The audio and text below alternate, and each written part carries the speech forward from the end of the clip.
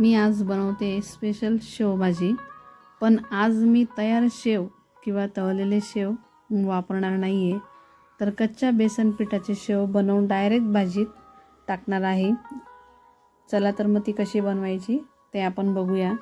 नमस्कार, मी सारिकास किचनमध्ये तुमचं अगदी मनापासून स्वागत करते। मी बनवलेल्या रेसिपी तुम्हाला कशा वाटतात त्या नक्की कमेंट करून सांगत चला। व्हिडिओ आवडल्यास व्हिडिओला लाईक करा, शेअर करा आणि चॅनलला नक्की सबस्क्राईब करा। तर मी इथे घेतलेलं आहे खोबरं, तर 1 वाटी खोबरं घेतलेलं आहे, ते अगोदर भाजून घ्यायचं आहे। छान लालसर रंग येईस्तोवर खरपूस भाजून घ्यायचं आहे। तर इथे भाजून झालंय, त्याला मी एका डिशमध्ये काढून घेते। त्यानंतर भाजायचं आहे कांदा, तर त्यासाठी अगोदर कढईत तेल टाकून घ्यायचं आहे। तर मी 2 चमचे तेल टाकून घेतलं आहे। त्यानंतर त्यात कांदे टाकून घ्यायचे आहे। तर मी इथे 2 मोठे कांदे चिरून घेतलेले आहेत, तर ते भाजून घेईल।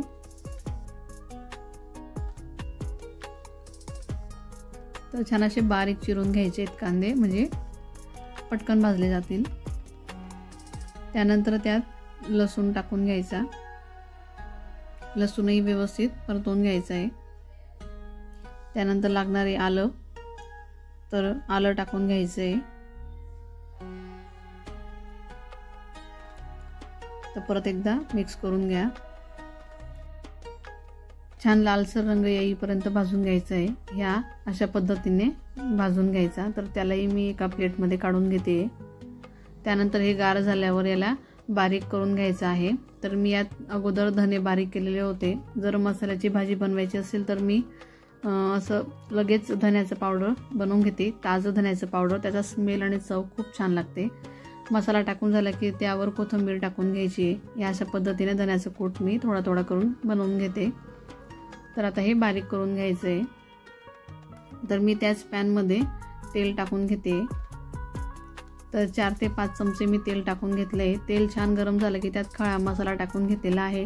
लवंग, मिरे, वेलदोडे आणि दालचिनी, तेजपत्ता एवढाच मसाला घातलेला आहे। त्यानंतर टाकून घ्यायचा 1 बारीक चिरलेला कांदा, तर छान त्याला तळून घ्यायचा आहे। तळून झाल्यानंतर त्यात टाकायची आहे लाल मिरची पावडर।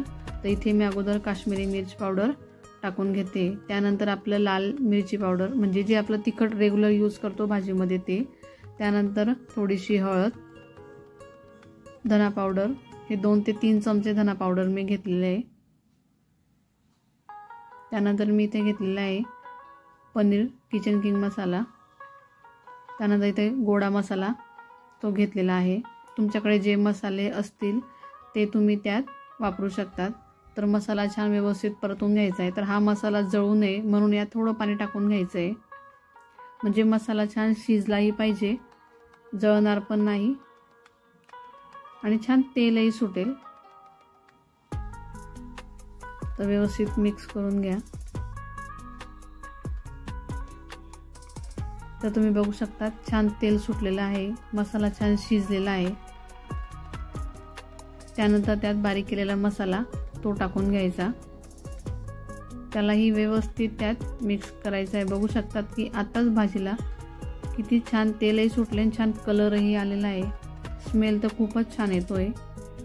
तर आता हे व्यवस्थित मिक्स करून घ्यायचं आहे।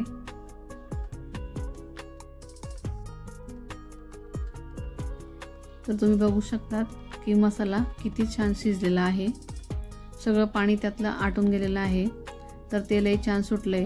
तर मी आता यात परत एकदा भाजीत पाणी टाकून घेते। तर तुम्हाला जेवढी क्वांटिटी भाजीची करायची आहे, जेवढी ग्रेव्ही बनवायची आहे, तेवढं तुम्ही त्यात पाणी टाकून घ्या। थोडं थोडं करून पाणी टाकून घ्या। तर मी यात परत एकदा पाणी टाकून घेणार आहे। जेवढी मला ग्रेव्ही हवी आहे तेवढं मी पाणी टाकून घेते।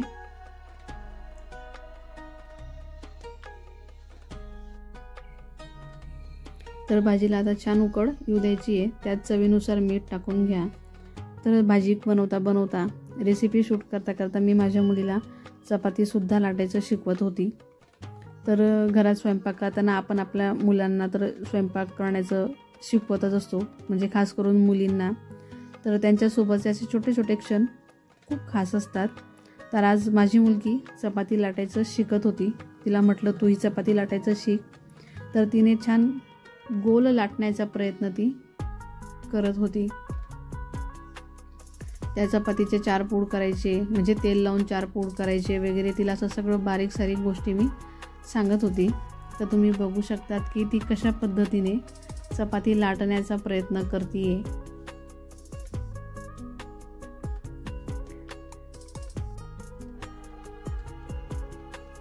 तर ती आताच हळूहळू शिकते करण्याचं.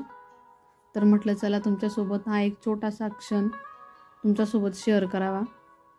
कारण प्रत्येकच आई आपल्या मुलीला स्वयंपाक करण्याचं शिकवत असते, की एक तर चपाती लाटण्याचं शिकवते, एक तर भाजी बनवण्याचं शिकवते.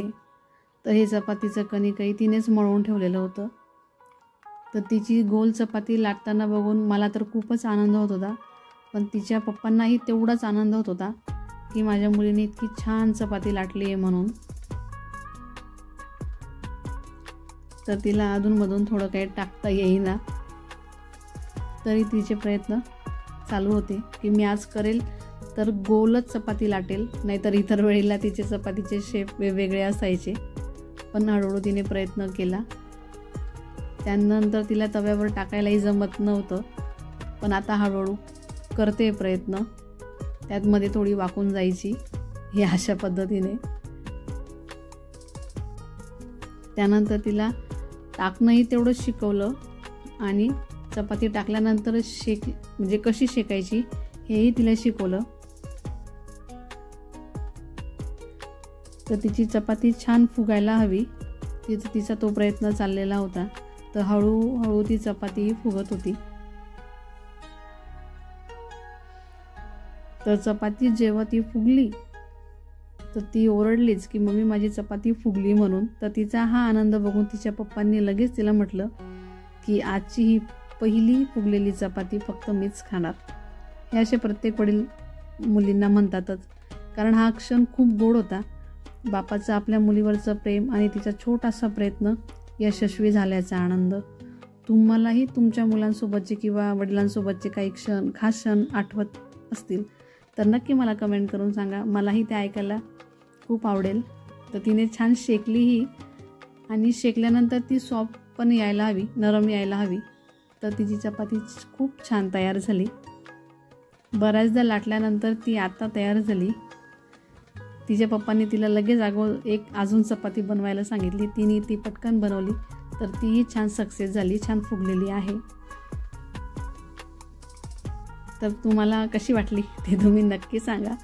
चला तर मग आता भाजीलाही छान उकळ आलेली आहे. तर आता आपल्याला शेव बनवून घ्यायचे. तर मी इथं बेसन पीठ टाकून घेते. तर मी कच्च्या पिठाचे शेव बनवणार आहे. रेडीमेड शेव आणि घरात तळून केलेले शेव अजिबात वापरणार नाही आहे. शेव नसताना झटपट ही रेसिपी म्हणजे झटपट हे शेव करून बघा. तर बेसनमध्ये मी अगदी थोडीशी नावाला चटणी, थोडीशी हळद आणि चवीनुसार मीठ टाकून घेतलेलं आहे. तर हे मिक्स करून घ्यायचं आहे. मिक्स करून झालं की यात थोडं थोडं पाणी टाकून पीठ भिजवून घ्यायचं आहे. पातळ भिजायचं नाही आणि खूप घट्ट पण भिजायचं नाही आहे. जसं आपण शेव पाडतो ना दिवाळीच्या वेळेला जसे शेव करतो ते पीठ भिजतो कडक, त्या पद्धतीने अजिबात नाही करायचं आहे. तर मी पुन्हा थोडंसं पाणी टाकून भिजवून घेते. तर तुम्ही बघू शकतात की पीठ कशा पद्धतीने दिसतंय.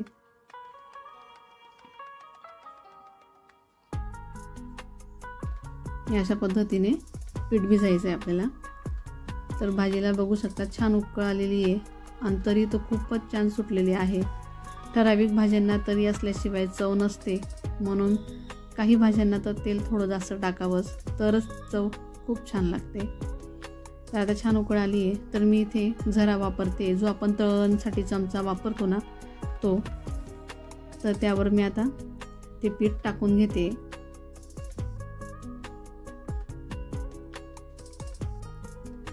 हे पीठ टाकल्यानंतर एकसारखं कंटिन्यू प्रेस करून खाली दाबायचं आहे की शेव खाली पडायला हवेत. हे बघा पूर्ण चमचा दाबून वर ओढायचं आहे, म्हणजे खाली आपोआपच असे शेव पडतात. बुंदी अजिबात नको पडायला, थोडे का होईना लांब शेव व्हायला पाहिजे. तर तुम्ही बघू शकतात की छान तयार झालेले आहेत. कच्च्या पिठाच्या शेवची भाजी खूप छान लागते.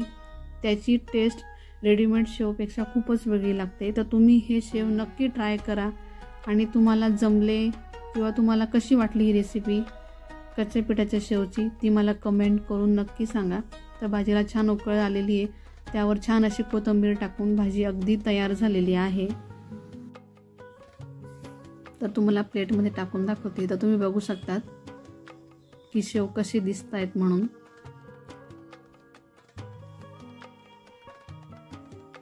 तर छान शिजलेले पण आहेत आणि खूप छान तयार झालेले आहेत. तर तुम्हाला ही कच्च्या पिठाची शेवची मसाल्याची भाजी कशी वाटली ती नक्की कमेंट करून सांगा.